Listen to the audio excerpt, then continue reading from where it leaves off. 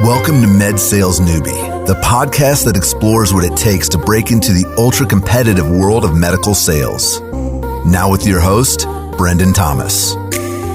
Hey guys, on this week's episode of Med Sales Newbie, we sit down with Ryan Poffenberger, Regional Sales Director for Zimmer Biomet. Ryan was gracious enough to join us today in between his uber busy schedule of managing a team of over 90 plus reps and managing a household that's catching up to that total. We are grateful to have him and even more grateful for him to share his experiences working with some of the largest medical device companies in the world. We had a ton of fun discussing what hiring managers and directors look for during an initial rep interview, why being a jack of all trades is so important, and why treating your first year in medical sales as a residency is a game changer. This episode is jam-packed with value, and I truly believe once you're done listening, you will look at medical sales no longer as a career, but as a lifestyle. So sit back, take some notes, and let's learn something today on Med Sales Newbie.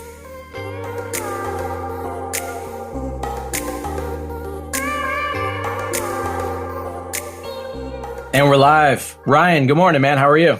Hey, good morning. Thanks for having me. Yeah, absolutely. Welcome to Med Sales Newbie. I know it's a little bit early on the West Coast. What is it, about 8 o'clock over there? 8:30. 8:30 a.m. Awesome, man. No better way to start the day than a podcast. Am I right? Absolutely. In any case, again, I appreciate you making time to chat with us, share a little bit of detail about your career, about the life of a medical sales rep. Without further ado, I always like to kick things off. Just give the listeners a brief little stadium pitch, a little bit about you, who you are, what you do, man. I'll let you have the floor. Yeah, so I'm a regional sales director for Zimmer Biomet in Southern California. I have a wife and 4 children. I've been in this role for 4.5 years. And prior to that, I was a trauma rep for Stryker. And as you know, kids come into the picture and you develop your personal life a little bit more. Management was the right timing for me and decided to take the leap. So here I am.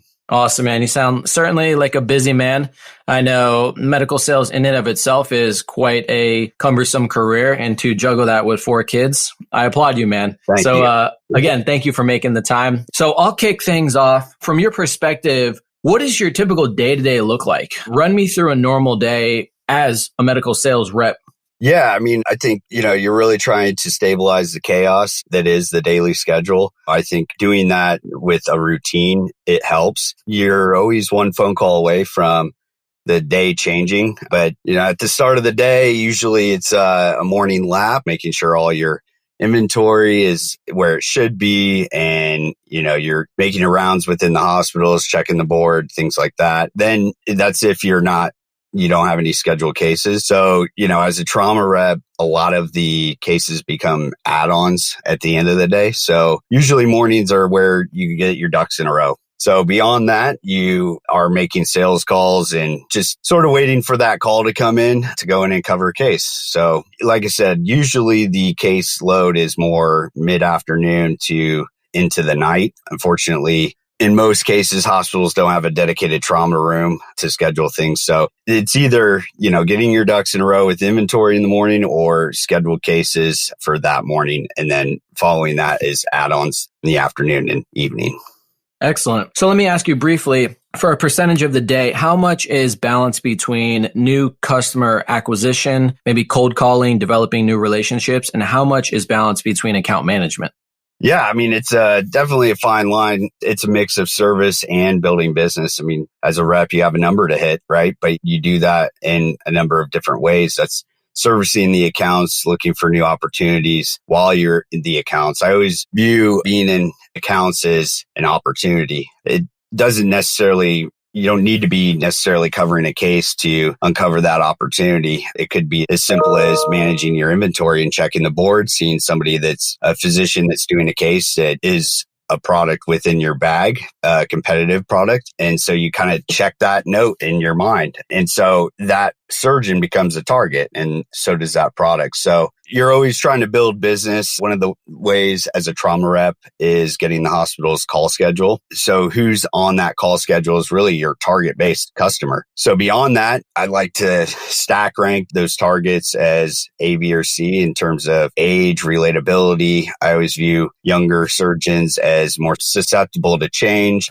And so if they're not currently using my product, they would be an A, because if I were able to get a meeting with them, there's a high likelihood that I could get an We'll switch over. Yeah. Yeah. And so once you have your targets and you have your A targets, so to speak, you can meet in their office, do some cold calling. So the key is really knowing who is where and when. Again, like I mentioned earlier, stabilizing the chaos that is the day to day. And so I found a lot of value in doing some research on Google and going into it with a plan. And I built a template of my targets and where they were on a daily basis. And so if I had to cover a case on one side of town and maybe that case went faster than I anticipated and I had some time left over, or it bumped. That happens quite a bit in trauma where things cancel or the schedule changes. So I may be on that side of town and I want to maximize my time. Well, I'll pull up that template and see, hey, who's near me and are they in office, and utilize that. And so that way I have it readily available and I can work on the fly, if that makes sense. So I think what I'm hearing is not only do you balance your day between account management and going out to new accounts, but while you're at the existing accounts, you have an opportunity to develop new relationships, upsell new products to the doctors that you're currently working with. Exactly. Awesome. So moving on from that, for a first timer, I've heard it over and over, a trauma sales rep. And I know, Ryan, that you've had experience in trauma sales. From your perspective, what career path or products would you encourage first-time sales reps to begin their career with, and why? Yeah, obviously I'm biased to trauma. I think there's a lot of value in trauma because of I've heard that over and over. Yeah, the variance in procedure. It just requires you to understand and know the entirety of the anatomy, right? And you get a lot of experience because no case is the same. You may have a hip fracture and the following day have the same hip fracture, but it could be totally different and require totally different approach and different product. So I think there's a lot to learn from. You have to work on the fly, as well as really test your capacity of being organized. And I think that's a big aspect of medical device sales. We don't go into an office. We don't clock in. We don't clock out. So it truly is a lifestyle. So it really takes somebody who is a self-starter, but also is very organized with how to, maximize their time on a daily basis. So I think trauma is a really good place to start. It's not for everyone, but it's how you organize it to make it sustainable, in my mind, is whether or not it works for you in the long term. But early on, I think trauma is the way to go. But again, obviously I'm biased to it. And with my sales force currently, they're a full line model. So we're repping all parts of orthopedics. And that's a mix of capital, sports, trauma, foot and ankle, large joints. So with our organization, you're really getting a full dose of every piece in the orthopedic portfolio. Yep. So regardless of your bias, I think the general sentiment with the amount of people that I've been speaking with is trauma is a good starting point for your career. It certainly prepares you for organization, to your point earlier, Ryan, for being on call, dealing with the hectic hours. And it covers a broad spectrum of knowledge. You've got so many different procedures that you have to learn. And so that's a good starting off point for your career for some of the listeners out there. Trauma, regardless of what we hear, Ryan says he's a little biased. Trauma certainly is a good starting point. I mean, in final thought is trauma is a sector where you're really selling your value of your knowledge and expertise to the surgeon. An example with large joint, there's a lot of product differentiation and value that maybe from a corporate level is there for a physician to use that product specifically. But in trauma, you're really selling yourself, selling your experience and, reliability and consistency of being there when called upon. So I think it's a real test to the character of the rep and separating them from the competition. I love that. What do they say? Your clients don't buy the product, they buy you. Exactly. And I suppose it's not ever more true than in trauma. Exactly. So I love the way you answered that and completely agree with that. I got a lot of our interviewees that would agree with that as well. So moving on from that, what can be expected during the first year of medical sales? And what does a career path, maybe 5, 10, 20 years out look like? Yeah. I mean, I think now more than ever is a new hire, you want to see that corporate vision or your career path vision. Year one is pretty consistent, I think, with any new hire. It's get started. The first 3 months, you're just getting introduced to the team, the portfolio, as well as the accounts. So it's really just about establishing a baseline of a foundation. From 3 to 6 months, that's when you're really getting integrated into the team. You're able to cover cases independently as well as shadow cases. And trauma specifically, if you're able to, like I was with Stryker, I came in as an associate rep underneath a senior rep. And so there was already established business. And the key was to see as many cases as possible. The more you see, the more you know, essentially. So that is really the expectation in the first 6 months. Beyond that, 6 to 12 months, that's when you're really getting a little bit more comfortable. Once a routine is established, there's tunnel vision in the first 6 months, like it or not. That's sort of the way it is. But that expands from 6 to 12 months where you're able to sort of be aware of certain things in the account. You see the bigger picture. Exactly. You're checking the board. You're actually looking for certain things and opportunity at that point. And so 6 to 12 months, it's to be expected that you're starting to offer value, whether you're an associate or a rep within the team. You're offering value in growing the business. You're collecting intel on what's happening in the accounts, et cetera. So that's really the 6 to 12 month point. Beyond that, I would say year 2, that's where you're starting to get some accounts that you're responsible for a portion of the portfolio that you're responsible for growing. So that's really, the second year. It's often as well in the second year that you completely get your own territory. But, I think it's really what you create with the opportunity from day one. The more you have your pedal down, so to speak, the more you're going to learn and the quicker you're going to get up to speed and start offering that value. Again, I think very early on, you'll know if it's right or wrong for you. That's why I think doing this podcast like you're doing and understanding the different segments within medical device, because there is such a huge variance that dictate the lifestyle of being representative for that sector, right? So understanding what you're getting yourself into beforehand is really valuable on your success and sustainability in the role that you would capture. Absolutely. I've been hearing over and over, there's so much growth opportunity in medical sales, and it's what you make of it. Yeah, it's definitely not one of those careers where it's tenure based or educational based on your ascent within the organization. It's really just you get an opportunity, and it's a huge opportunity to make of what you want with it. I also, to go back to the first year or so, I like to view it as you're almost a resident, to become a doctor. Although we're not doctors, that's a good way to look at it. It's an opportunity to really learn and sharpen your skill set to when you are in your own territory and managing your own show. The toolkit that you develop in that first year is going to lay the foundation for success for years to follow. That's great. Yeah. And for some of these sales guys out there that are absolute sharks that just don't know what sales career they want to get involved in, from what I'm hearing from you, Ryan, it sounds like you can put in as much effort as you want. You get as much results as you want. There's no ceiling, essentially. Exactly.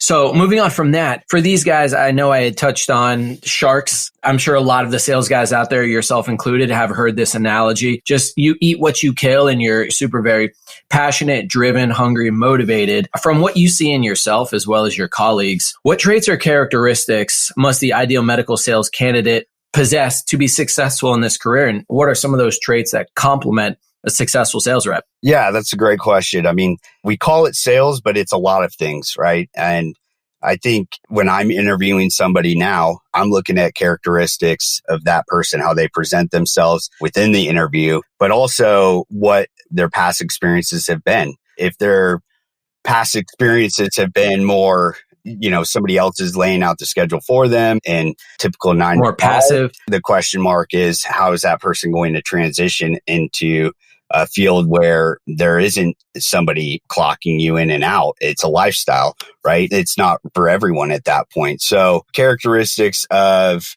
a consistent, motivated person that really takes a hold of their schedule and is well organized, because again, it's a chaotic world in medical sales, specifically trauma.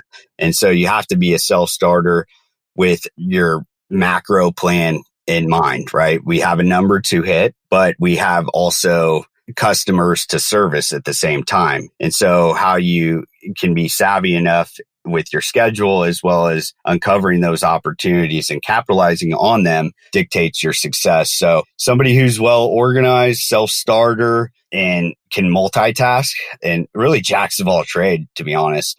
And so somebody who can adapt to the environment as well. There's no two customers that are the same. So the ability to, so to speak, be a chameleon with the environment that you're in, I think is a strong characteristic to what we do. Yep. Chameleon. I love that. Chameleon and jack of all trades. I think that couldn't be more appropriate in any industry than medical sales. So moving on from that, I like to kind of wrap things up with a funny story, maybe something unique, creative that you've seen someone do to land a position in this industry, be it from yourself. If you have a story yourself, by all means. If you know of a colleague that did something a little wild to get their foot in the door, what have you seen out there? Oh man, I've heard anyone being hired from, in the Starbucks drive-through as, friendly face that is well spoken, to speaking to myself and how I got into the industry. I didn't mention this in the beginning, but prior to my role with Stryker, I was working with a distributor for wound care products. One of the products was safe patient handling and pressure relief mattress overlay. And part of the driver to sales growth there was to in-service the nursing units within the hospital. And with that, I saw the big names on the beds, the Hill-Roms, the Strykers, and quickly was like, man, I want to work for one of those guys. But it was not overnight. It was a lot of knocking on the door, looking at job portals, researching the companies, applying. And one day I got a call, and it was a Stryker recruiter. And they said, hey, don't you have family in Southern California? Because at the time I was in Kentucky. I grew up in the Midwest in Indiana. And so flew out, interviewed, got the job, sold everything I had, and drove across the country. And that's how it happened for me. Wow, that's great. There could be worse places, I suppose, they ask you to move. Southern California. Yeah, not too bad. Yeah, that's great. Cool, man. So I'll end things on a positive note here. For all the listeners out there that are tremendously grateful for you participating on this podcast, what advice would you give to somebody that's trying to break into this industry, that's trying to get their foot in the door, that's maybe considering this industry? What advice would you leave the listeners with? Well, to put it in perspective, act as what the role calls for, right? We're in sales. So in effect, we're looking for somebody who can sell themselves like we do for new business opportunities. So I would say be persistent. Don't get deterred on if an opportunity doesn't work out. Keep pushing, and one day you'll break through. But sell yourself and stay on it. And like I said, eventually you'll get the sale. Excellent. And I think that couldn't be a more apropos analogy for if you're continuing to sell yourself, if you have tenacity to sell yourself, it will translate over to once you do obtain that sales position, you're going to work hard and you're going to have tenacity to sell your product. Exactly. Well, Ryan, that's everything I've got here, man. I appreciate you making time. Any last parting words? All good, man. Thank you for having me. Absolutely. I think what you're doing is a great thing. I think it offers your listeners out there to get a better understanding of different medical device roles out there and available, because there's a huge variance. And the more you can provide and they can do research on certain medical device roles, the better, because that will allow them to figure out what's right for them. And what's right for them is right for the company that they're working for.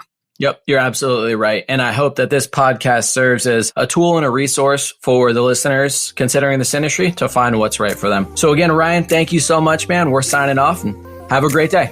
All right. Thank you. You too. Bye.